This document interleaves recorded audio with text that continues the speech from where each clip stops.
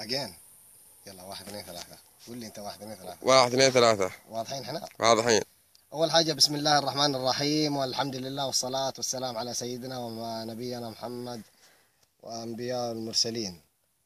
طبعا بهذا اليوم الموافق يوم الاثنين صباح الثلوث، تاريخ 22 ميلادي 12 في الساعة 51 ليلا، تم إرسال صاروخ سكود أو الله أعلم إيش هو من الحوثة وعفاش، والحمد لله تم يعني تفجيره من قبل جنودنا البواسل، وهذه بقايا شطايا الذي تم إطلاقه من قبل اليمنيين الحوثة، ونحن الآن في المزرعة، وهذه الشطية طاحت جنبنا في هذا الوقت، وتم جمع هذه الشطية، وسوف يتم جمع باقي الشطايا بعد صلاة الفجر، بعد صلاة الفجر عند اتضاح الشمس.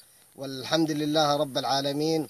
و يعني نشكر جنودنا البواسل على حماية هذا الوطن، ونشكر خادم الحرمين الشريفين وولي عهده الأمير محمد بن نايف وولي عهده الأمير محمد بن سلمان،